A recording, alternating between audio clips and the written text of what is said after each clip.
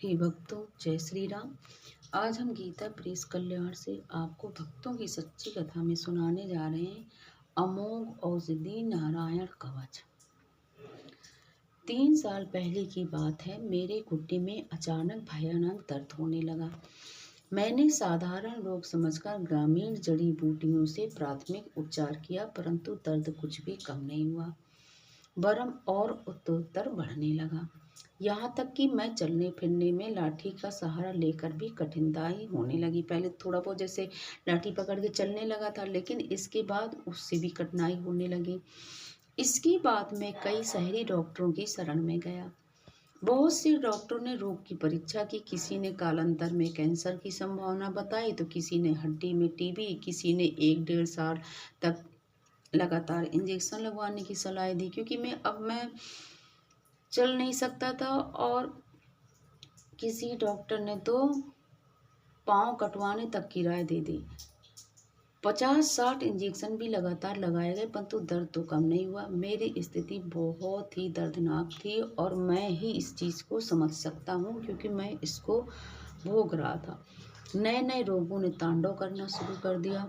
शायद इंजेक्शन की क्रिया प्रतिक्रिया थी, साइड इफेक्ट थे, कुछ भी हो। अंततः का गया मैं हताश होकर पड़ा रहने लगा बिस्तर में ही, क्योंकि अब मैं चल फिर बिल्कुल नहीं सकता था।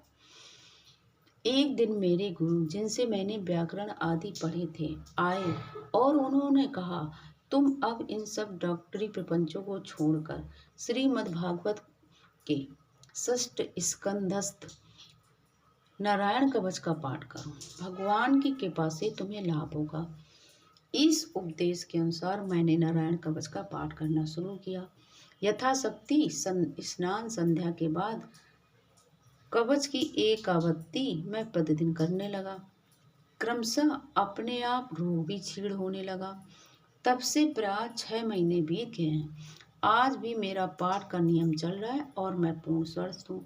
दर्द किस स्थान में इसका पता भी नहीं है।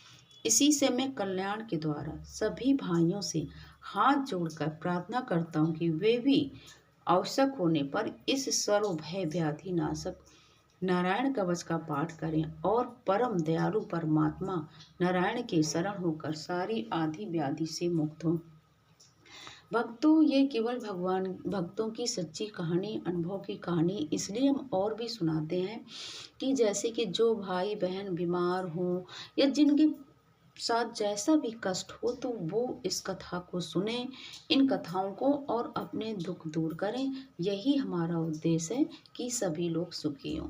बोलिए जय श्री राम।